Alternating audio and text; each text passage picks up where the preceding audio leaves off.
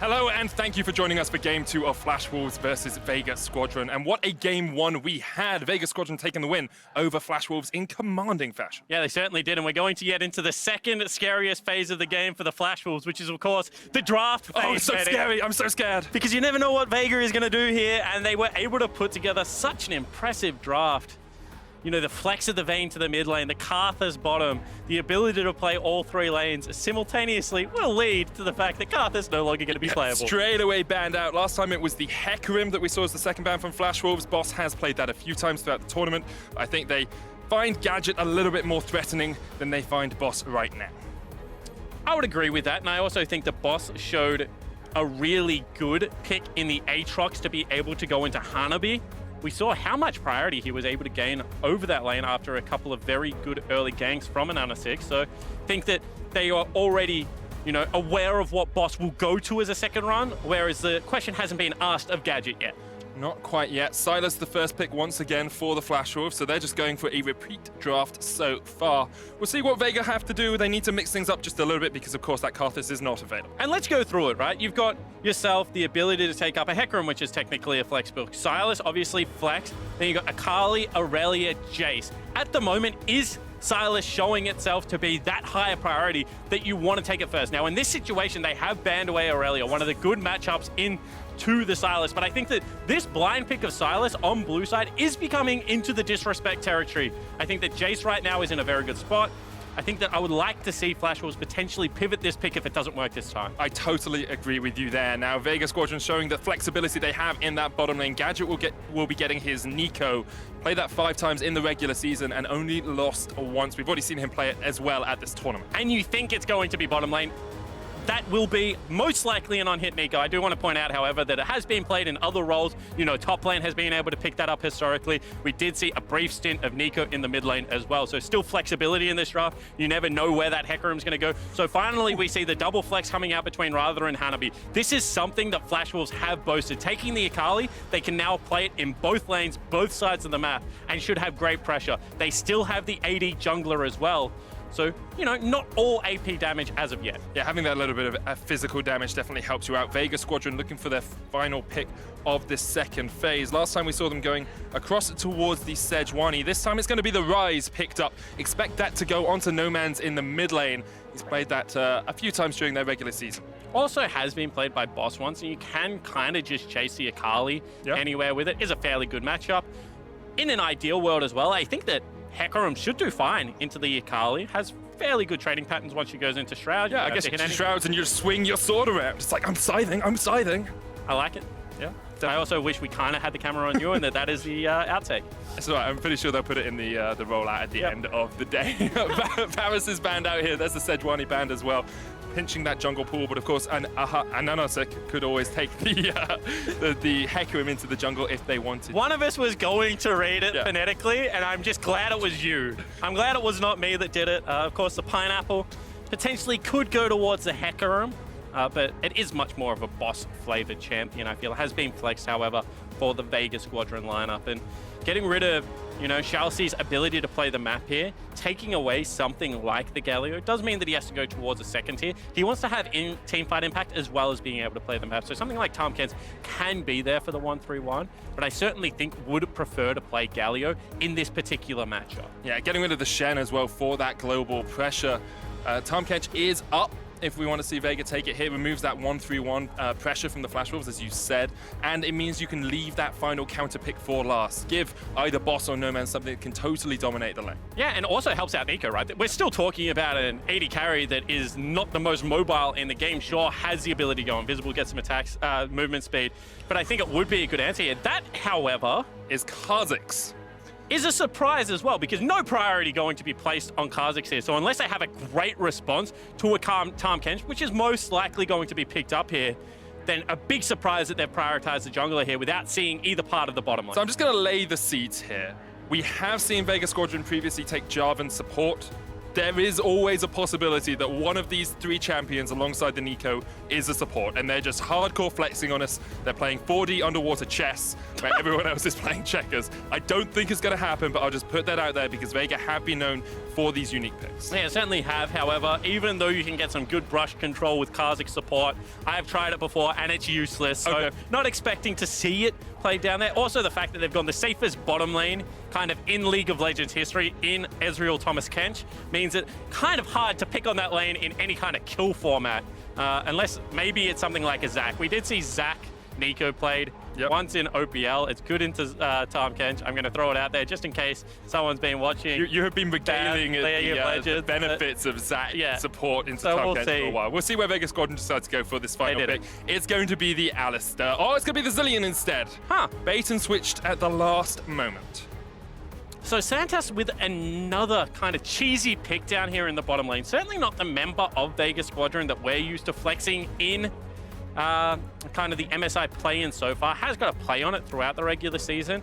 I think that this makes the trading patterns terrifying for Neeko, however. The ability to speed her up, get continual harass into both of these members that are going to be outranged, there's no really, I'm going to save you from this button with Tahm Kench, as there is like maybe a Varus Q or something coming across. So good trading patterns going to be opened up, I think, for Neeko in this matchup now. Not to mention the layering of CC. You know, Neeko snare into double bomb into Neeko ult is about 6 seconds of don't move anywhere. See whether they can layer that for some kills. And especially if it's on hit, you're getting all that percentage HP damage as well. So it's so difficult for the Tahm Kench to play that lane. We'll watch it as it goes on. It looks like, once again, Flash Wolves, though, have decided for the 1-3-1. They're playing this Akali up towards the top lane. Boss will be trying to match it with the Hecarim from Vega Squadron. Yeah, and we'll see whether that is going to be the kill lane that we want Flash Wolves to be able to open up the map for, because this is going to be a flashless Hecarim onto Summoner's Rift. Going with the Ignite teleport means that the kill threat will be there in the straight up 2v2. Hecarim plus Kha'Zix with the ability to put an Ignite down could be a game changer, but if something goes awry and Hanabi gets a lead on this Akali, I expect him to tear the map apart. Hanabi, such a consistent performer on Flash Wolves, was with them last year as well when they took down Gambit 3-0 at MSI. Now we'll see if he can once again put the team on his back, because that is what he's been doing throughout the regular season. Yeah, and it's interesting, right? Because people would think when you see the Flash Wolves lineup, Betty's had some very good international performances. Why aren't they talking about this guy? He's considered, you know, second, third best AD carry within the LMS region, not necessarily playing around him a lot. We've talked about how much resources that they give towards Hanabi to create some form of pressure for them to play around. Well, I want to see whether he can create that pressure this game. We're expecting 7-minute Dragon into Rift Herald. Again, it's blue side of Summoner's Rift, and they have themselves the Tahm Kench. Still the Ezreal, however, I think has a better shot of gaining priority in this lane with Tahm Kench to keep him nice and safe. So, you know, pressure on Flash Wolves to impose their will on this game, because they didn't have any opportunity to do that last time around Medic. Whenever they tried, Vega Squadron were in the right place just to react. Remember that 10-minute Rift Herald that AHaHaCiK was able to steal away, and Boss came out with it in the end. Now, Vega will just set up for a normal line of scrimmage here. Nothing really too inventive happening. It looks like AHaHaCiK's going to start top side of the jungle, and Bugi's going to answer with his blue buff as well. Yeah, see whether they do start off vision, try and create some havoc in early game pathing. You would say if AHaHaCiK face checks Bugi, this is going to be a very bad matchup. However, if Kha'Zix ever gets anywhere first, isolation damage always becomes key in the 1v1. I think Bugi would want to try an AHaHaCiK, however, and then AHaHaCiK would want to try and get to the area first. Rather trading onto Nomanz here. Of course, the Abscond Abduct gives you that shield, makes it very hard for someone to trade back onto you, and Nomanz, only level 1, can't get the shield of his own. Yeah, has 2 abilities level 1 with 2 empowered auto attacks, as well as the fact that can run that silly mastery known as the Aftershock. So, you know, probably one of the best, if not the best, level 1 champion of the game, I'm going to say. And there's always the option for Ryze to run Aftershock himself as well. Nomanz going for the phase rush here instead. And I think that is a little bit more of a scaling rune, as once again gets hit by the combo and takes a lot of damage. The ability to do that, pop the ability to dodge out on skill shots, navigate team fights, as well as, you know, potentially long lane, is much better if you think that you can survive the laning phase against the Sylas as well as the Rek'Sai. That's what he'll be trying to do. Speaking of Bugi on that Rek'Sai, he's actually gone for a very interesting path here. Blue into red into Krugs down towards the bottom side, whereas AHaHaCiK is doing a full topside jungle clear. Certainly puts AHaHaCiK on a better side of the map for now. once again, hitting on the fact that Boss is running himself, that Ignite should be able to, you know, bait in some trades from Hanabi, who wants to be using that passive as well. However, very nice ward spots out the Kha'Zix. Back ping's coming out on him as well. He can just go for the Scuttle Crab, maybe go into the jungle here to see what Bugi has left up on that topside jungle. Yeah, and if he does do that, right, no ward available, running in blind against a Rek'Sai is always dangerous. But what do you find out? You find out topside camps are available. Potentially he's on my bottom side or his bottom side. Bottom lane, all of a sudden, should be playing incredibly respectfully. You can see that hasn't walked into top Scuttle Crab, so you assume he's there somewhere. You can see already pings out on the camps that they want to scout. And all of a sudden, you know, this lane of Gadget and Santos that has been able to kind of play freely, you know, they're in danger of a wave being built into them and being dope. Quite a possibility. Now, something we have seen Gadget do is use the Shape Splitter to dodge out skill shots. He can tank up things like the Phase Seeker. He can tank up things like the Mystic Shot with that W. You have to look at it because he's very good at positioning perfectly, but it's so hard to avoid a gank from a Rek'Sai early on. So instead of building the wave, they're letting it push back into them. They're trying to open up the path over the wall. You can see right now, AHaHaCiK is in position to go for this gank. They've lengthened the lane enough that there would be kill threat if he's able to land the knocker. Bugi ready to Barney in the bottom lane at the moment. Gadget and Santos aware something might be happening. Santos on the wrong side of this, flashes away, and Bugi will just accept the flash for nothing trade. Yeah, and able to once again clear out enough of the jungle that is not going to be any trading on farm. Gets the added benefit of being able to take away Santos's flash. So I like the pathing early game from the Flash Wolves jungler Bugi. You heard Frostgreen a little bit upset with him, I think it's fair to say, during that Elder Drake fight. If you're a Flash Wolves fan, I can understand the frustration that she showed on the analyst desk. So better performance so far in this game. Definitely is. Getting that impetus, getting that tempo up for the Flash Wolves is what we said we wanted to see from them. And we'll see if they can transition that into these dragon fights, into these skirmishes in the early game. Because once again, even though they've got an Ezreal, this time around they do have better early game skirmishes in the likes of Sylas and Akali. So want to see them active on Summoner's Rift. I don't want to see them sit in this laning phase. This is when they've looked the worst, when they've just played nice and slow League of Legends. Instead, you know, look for some plays. Tangle Barb used there on towards ShiauC, so he's going to be stunned up with the bombs as well. And AHaHaCiK jumping forward. That's very aggressive play. He's going to take a bad trade here. Betty just uses the Mystic Shot, even jumps forward. Doesn't have Ignite or anything in this lane, and heal still available for Santos, so it's a little bit aggressive, but Betty showing why he is known as one of the best AD carries in the LMS. The danger of going in on an Ezreal who's just being able to stack up the passive on the wave. You see Boss now trading aggressively topside. Hanabi forced away with the devastating charge. Hanabi, of course, has the flash, can use the shuriken as well. Teleport coming in behind him now, Boss. No flash on this Hecarim. Bugi on his way up as well, rather looking for the abscond up duck. Will lock him up in place, and Boss has nowhere to go. No level 6, no ultimate to escape. Burst blood to Hanabi. And a much better gank from the Flash Wolves. They know that he's going to overextend for that trade because Hanabi has not shopped yet. You want to be able to chunk him out, potentially look for the kill. No level 6 on Boss meant that he had no way out. Opens up topside as well for Bugi to do some counter jungling. They need this top lane to get ahead, and already you can see about 1,600 gold going to be in favor of the Flash Wolves. Yeah, and about 700 of that is on the top lane as well. Gadget using the Shape Splitter just to force Betty back, but you can see that because it's double heal in this bottom lane, I don't expect too many kills to go down unless there's some jungle pressure coming in. You say that, and then all of a sudden, you know, ShiauC flashes on someone and eats it. I'm trying to curse it. I like to see the kills happen. Betty jumping forward. Gadget takes a little bit of a chunk there, but not going to be able to do too much more. ShiauC and Betty can just push in this wave now. They have about a 6 CS lead. With the Kleptomancy, that translates to, you know, about 300 gold or so in favor of Betty. Yeah, it certainly does, and I was going to say that really have been just tanking a lot of these Kleptomancy shots right to the noggin here, Medic. Safest hands in the bottom lane right now certainly goes towards Santos. He's very good at catching some of those skill shots. Noggin is actually the medical term for it as well. Is it really? Yeah. What we use, Gadget Shape Splitters away, trying to dodge away from Betty here. But you can see the damage that does come out of that Shape Splitter passive with the empowered auto attacks. And you would have to say with the recall timings across, you know, Tyr as well as Sheen once again secured here for Betty.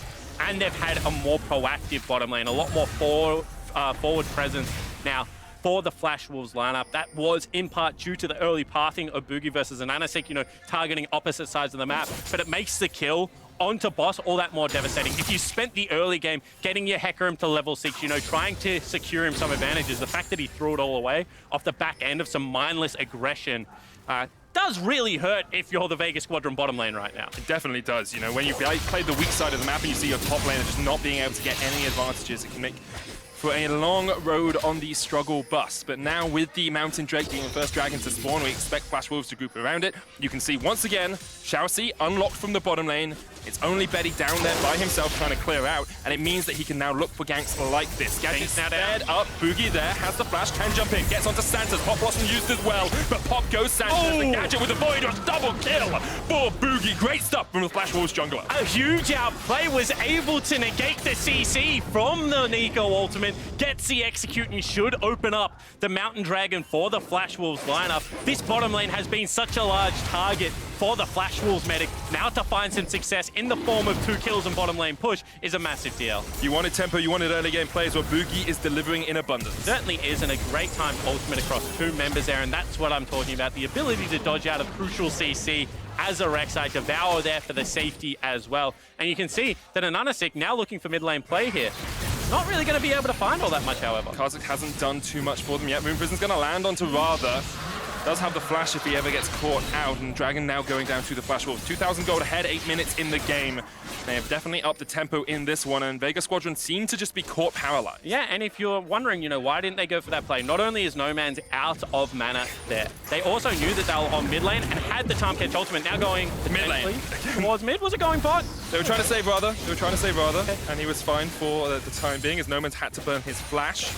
I think he burned it aggressively looking for the play onto Rather. That would be my assumption. Yeah, it certainly could have been the case. And that's what I was saying. When you have Tahm Kench taking Dragon, that is so easily just an impact of mid lane. You know, ulti in, bring the Rek'Sai with you, gobble up Rather there on the Sylas while turn the gank. So I like the patience zone from Vega Squadron. However, they do need to start winning a portion of the map. I don't care where it is, but an AHaHaCiK's early pressure hasn't really done anything for his solo lanes. And bottom lane right now is getting destroyed. Yeah, really, really struggling. And Gadget does have the flash, Santa's flash is back up, and you have the level 6, so maybe a little bit more safety down towards that bottom side now, Rather. You know, it's like, you know when you get on the subway and you only go 1 stop? Yep. That's what Rather just did there. It's like, I'm a little bit too lazy to walk this one. Maybe I get there a couple of minutes quicker. How many miles is it, one stop on the subway? I'll be honest, it would take me 4 minutes to walk it, and I've done this on the subway. Ooh, that is some laziness. I actually win miles because I don't know miles. Oh. So whenever people say like, oh yeah, that's about 2 miles away, I'm like, yeah, come We use kilometers in Berlin. Yeah, so it's probably about less than a K. Okay. Yeah. So. Good to know. I'm glad we diverted from the League of Legends to have that quick discussion. ShiauC and Betty still doing a very good job here in the bottom lane, as you say, that Ezreal scaling up as well. Hanabi in the top lane has about a 10 CS lead, built that Seeker's Arm Guard first to deal with the rampage damage that comes out from the Hecarim, and now is in a very strong spot. And I think even further away from just the lead that he's been able to generate, look at where he's now able to play. Like under that turret, exactly where he wants to be. If an AHaHaCiK goes for this, first rotation should come across from Hanabi. Bugi finding it much easier to play. He's kind of pathing towards objectives. And this is exactly what I'm talking about. You know, all of a sudden 3v2 topside, because bots just cannot get here in time. Yeah, see the difference compared to the last game. Abscond, Abduct, lands onto an AHaHaCiK. He has to jump away, Rather caught out, but the steal away from the ultimate there by Rather. And it's so different. It was the same setup, but because of the way the map is playing, Flash Wolves able to take the Rift Herald and get out scot-free. And let's have a look at what's different. You know, all of a sudden, 2 of the teleports had been burnt before that play is available. No longer can you get 5 members there. Thomas Kench in the hands of ShiauC. So no global ultimate coming out of Santa's. So just a completely different way that you need to play this map. I think that an AHaHaCiK needed to recognize that that was an uncontestable objective and try and get something done on the bottom side. You know, take yourself the Rift Scuttler. Try and keep this lane a little bit more safe. Maybe push in for some turret plays because we're already 11 minutes. You need to have presence. You can't just track someone around when they're already that far ahead of you. Certainly so far, Bugi has done his job in this game.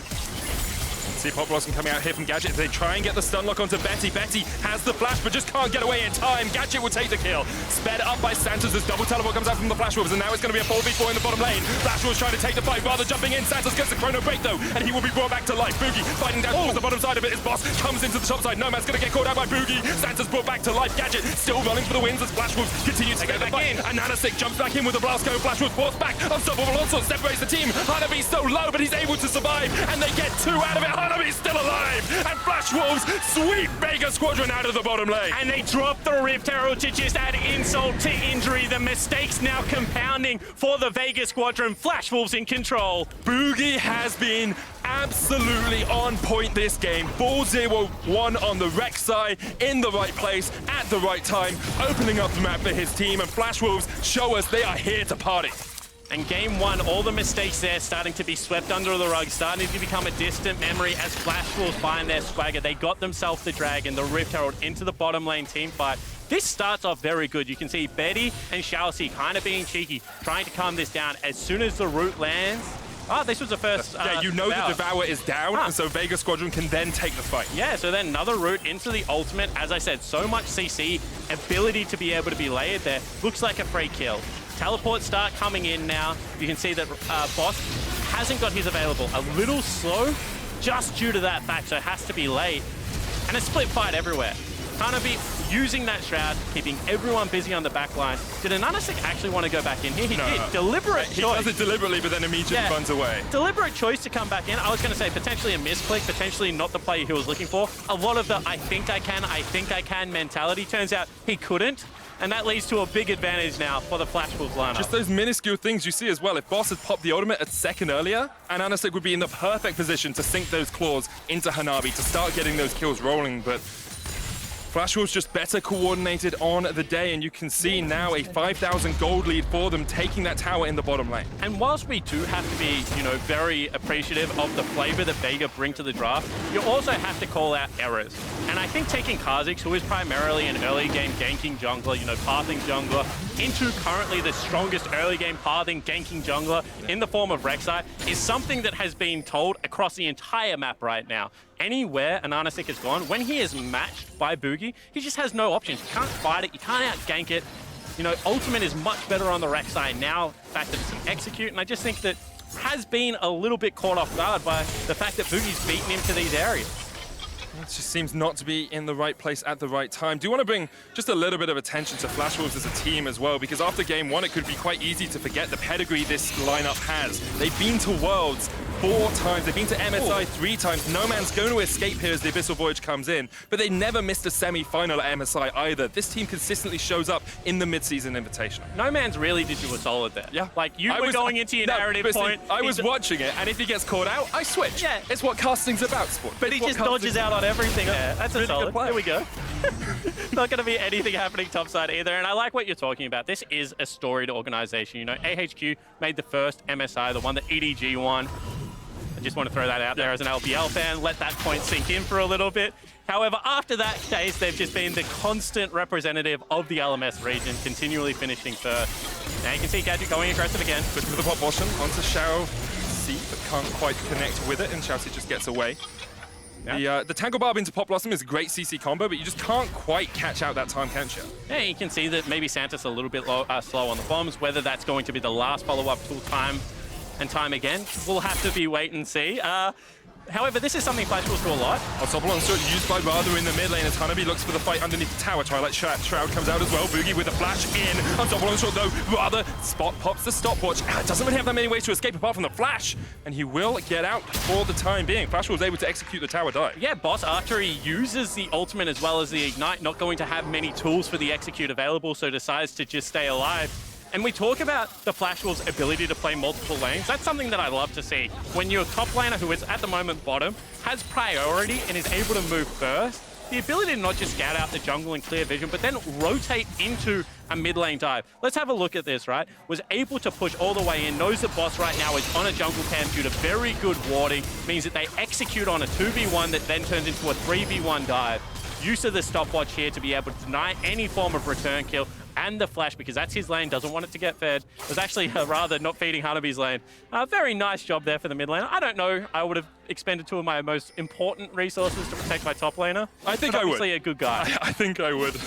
But yeah, it's all about that vision control as well. The control ward actually spotting out the unstoppable onslaught coming in time, so you can pop the stopwatch. And Flash Wolves have just gained total control over that bot side of the map. Yeah, and this is what we talk about when we're talking about strong side versus weak side. So you have a look at the vision that they have on this quadrant of their map and the ability to be able to spot the early rotation. Then you contrast it with what they're playing on the top side of red side. They don't really have all that much. So the fact that right now, Flash Wolves are playing heavily around their solo laners. Betty potentially caught out. Bugi. Santa's caught out. Chrono Break. A Chrono Shift is available for him. Pops it just in time. Jump away from AHaHaCiK as well, but here comes the Pop Blossom. Doesn't catch on to anyone. Flash Wolves scatter and then re-engage. Go back for the fight. Pushing forward underneath these towers. Can't quite get any much more out of it because Nomanz is on the rotation. Boss up towards this top side as well. And you can see just the shift of the map into the right areas. Nomanz and Boss this time around read the play a little bit better. Are able to dissuade the dive that was coming. However, Bugi's still not done.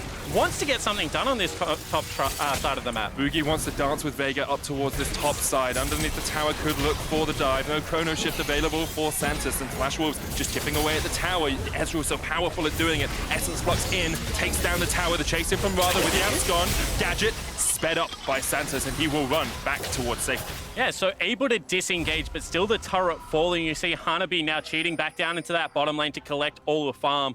Flash Wolves right now are showing their prowess at putting pressure in multiple areas of the map.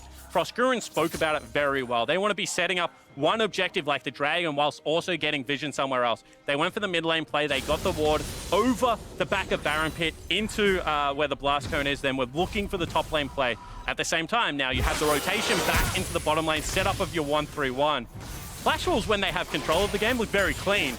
It's just that last game, they were playing off the back foot for the entirety of it. We'll have to see if Vega Squadron are able to play from the back foot this game at a big disadvantage. 6,000 gold behind, 18 minutes in, 7 kills to 1. Double Dragon on the side of Flash Wolves as well with a Cloud up in 8 seconds. The control is all in Flash Wolves' favor.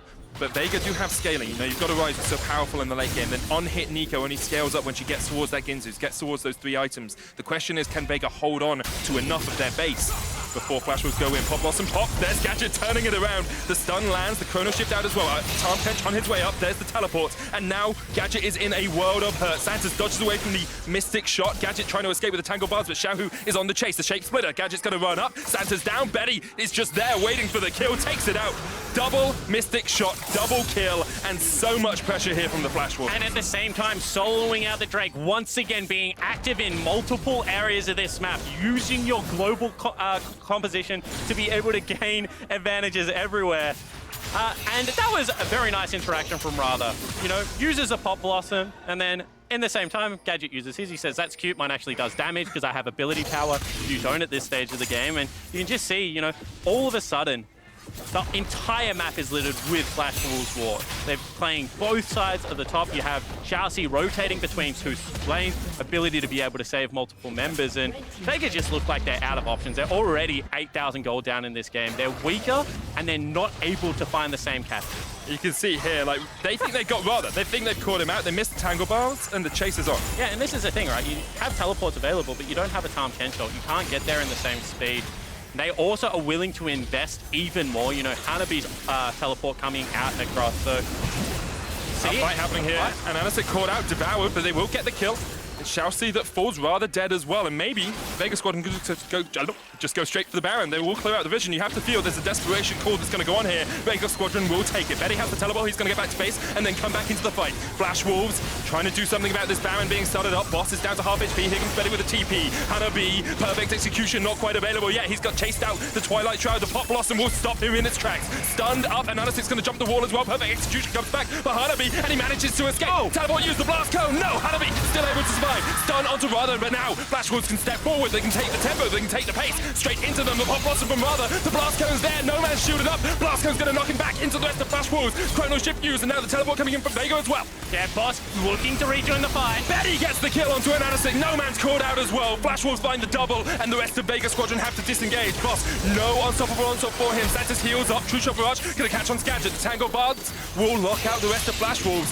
Down towards the bottom side, ShiauC is looking for the flank position here, and he's going to find them. Vega Squadron caught out in their own jungle. Bugi flashes forward with the knock-up, and it's all Betty all the time. 4 kills for none in favor of Flash Wolves. And they're going to grab a Baron off the end of what was a 2-minute Yakety Sax queued fiesta on the top side of the map. It looked like Vega had the picks. They got desperate, mate. They looked for the answer to come back into the game, and then just gave it all back on a silver platter.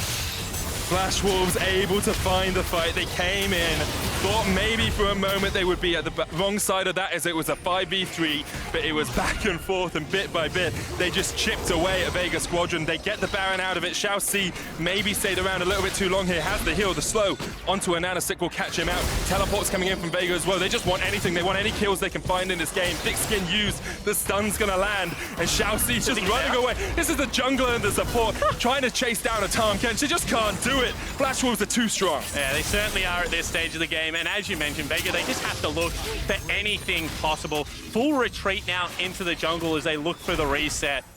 They probably have one more desperate play, 11,000 gold, but let's have a look how this starts off. So Hanabi must buy time.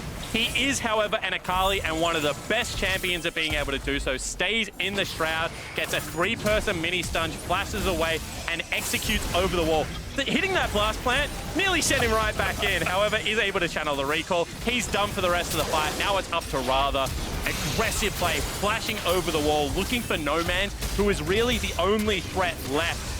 Will be revived here, but as he is separated from the team, it becomes quite difficult to defend him. And off the back end of the entirety of this fight, you see how quickly they're willing to commit. You know, they send Tahm Kench around on the long journey already. He's going to look to the flank, and this is what I mean. They play multiple areas simultaneously while making very good decisions from ahead. Yeah, just pulling Vega all over the map. Gadget has to use the chrono shift.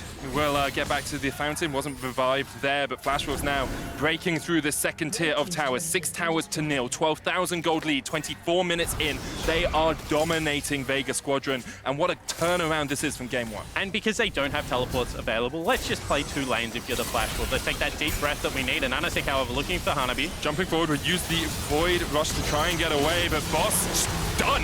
Bugi is dominating, double kill for him as well. Flash Wolves giving no quarter, giving no inch to Vega Squadron as they just choke the life out of Vega. And Vega showing what they look like when they're desperate and behind. This time not making the correct decisions. Going to get pushed in here might just be the end of the game.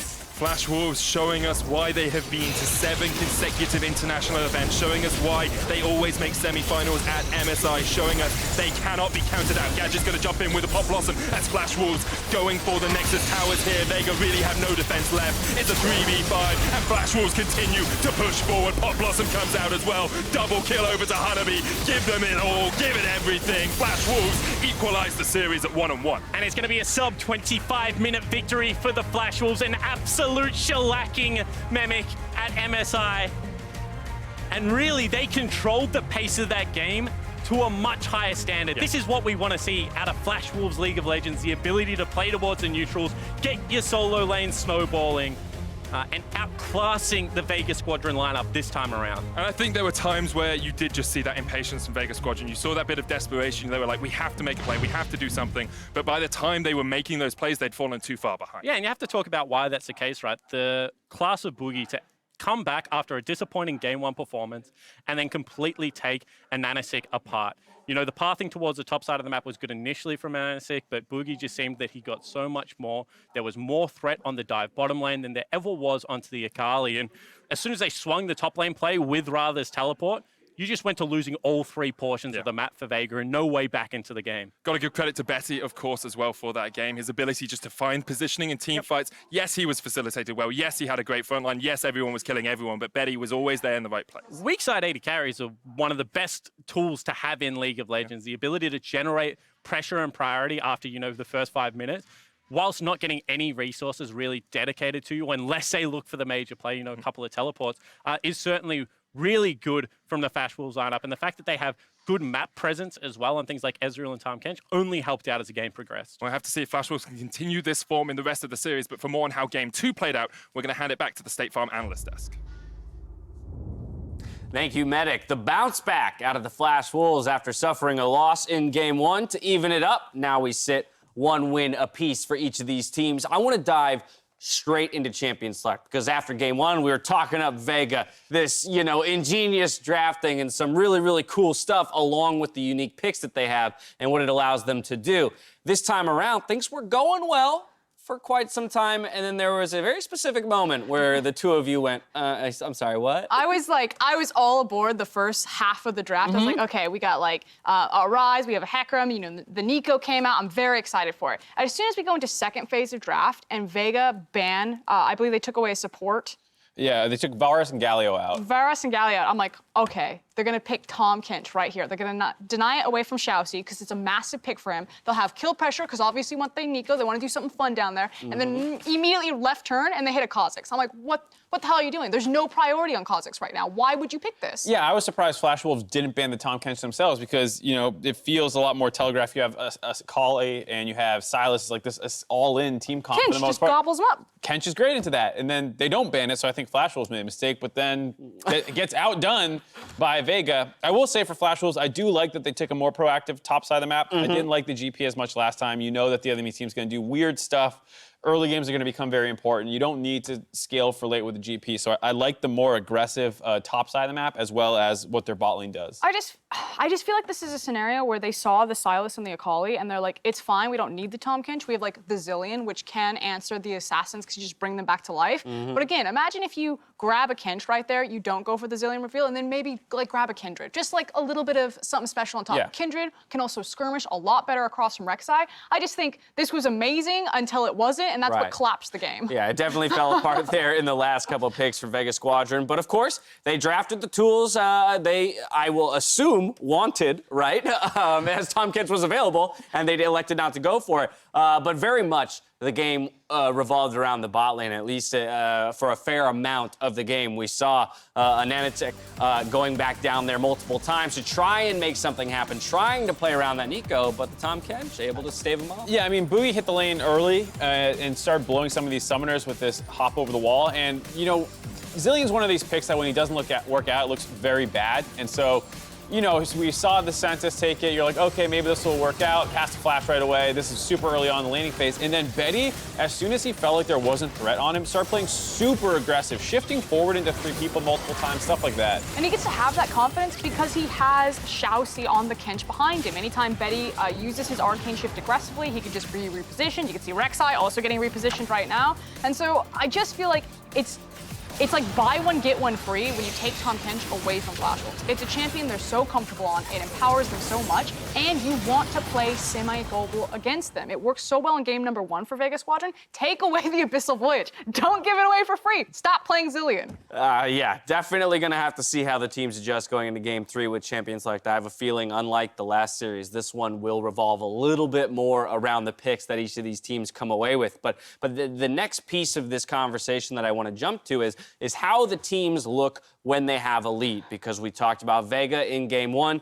longest game of MSI, where they felt like they were in control starting at the 20-minute mark. Took them over 20 minutes to close it. This time around for Flash Wolves, they get that lead, and they know what to do with it. Right, I mean, this is the whole concern we had at the end of last game. We said, like, yeah, Vega won, but it looks super difficult. What happens on, you know, when it doesn't go quite as well? And just, they got obliterated by Flash Wolves. Game's over. Felt like at 15 minutes. I'm surprised it took even longer than that. It just felt like there was no hope after the early game. And Vega played super long games, even in their own group, which they dominated. It feels like a scenario where if you imagine like 2 boxers coming in to fight each other, and the Flash Wolves, one boxer just looks clearly better than the other one, but the composition in game 1 gave them like an Iron Man suit, and they were just like punching down. And then this time around, it was more of a fair fight, and you got to see the class difference between these teams in terms of their synergy, how they set up and execute on a map, and how they can close out and run away with gold leads. For the record, I would watch that form of boxing. I think You that's saw it in probably game the 1. reason Yeah, each not. team is given 10 minutes to build a suit for their boxer. No, I mean, in all seriousness, I do like that analogy. In that very much, you know, when you look at composition, it is like, you know, what you're arming yourself to go into battle with. And the first time around, it felt like Vega, you know, had more outs, I guess is a way I would describe it. That, you know, from an even or ahead state, they had lots of options. In this situation, from an even or slightly behind state, they just felt doomed. And that's your point about the Zilean looking bad. Looks even worse, you know, it just looks bad. Yeah, and I think the nice thing for Vega in some sense is like this probably isn't the last recipe they have of like crazy team comp. Like and you'll see something completely different next game probably, and Flash Wolves won't be able to ban all this out. I assume Flash Wolves stays blue. They do exactly that. I doubt they ban Neeko next game. You know, it seems like that's the play. I do think, though, that the Flash Wolves at least have also figured out how they want to approach draft. I didn't like that they put Hanabi on a backseat with the Gangplank. I love the agency and the proactiveness of Akali. It probably won't be Akali again, but I assume something like an Aurelia, these power play picks that can eat up a map. Well, with the series tied at 1-1, I do want to recognize a standout from this game. Our MasterCard player of the game for the second game of this series does go to Betty. We talked a little bit about how, you know, Bugi got into the bot lane to get it rolling, but this guy brought it home on the Ezreal. And he's one of the guys that Flash Wolves this year, even domestically, turned to be a bigger carry. Ezreal's always been one of his best champions and absolutely took over this game after initially having a very strong laning phase. Well, we got ourselves a series. The Flash Wolves have bounced back with a dominant win in Game 2. We'll see if they can take us to match point after this. You said like it was going great until it wasn't. Nowhere to go, no level 6. No ultimate to escape. First blood to Hanabi. Bugi there has the flash, can jump in, gets onto Santa's. Pop Blossom used as well, but Pop goes Santa's. The Gadget with the Void on double kill. AHaHaCiK jumps back in with the blast, going Flash was forced back. Unstoppable onslaught separates the team. Hanabi's so low, but he's able to survive, and they get 2 out of it. Hanabi's still alive. Boss looking to rejoin the fight. Betty gets the kill onto AHaHaCiK. Nomanz caught out as well. Flash Wolves find the double. ShiauC is looking for the flank position here, and he's going to find them. Vega Squadron caught out in their own jungle. Bugi flashes forward with the knock-up, and it's all Betty all the time. It's a 3v5, and Flash Wolves continue to push forward. Pop Blossom comes out as well. Double kill over to Hanabi. Give them it all. Give it everything. Flash Wolves equalize the series at 1-1.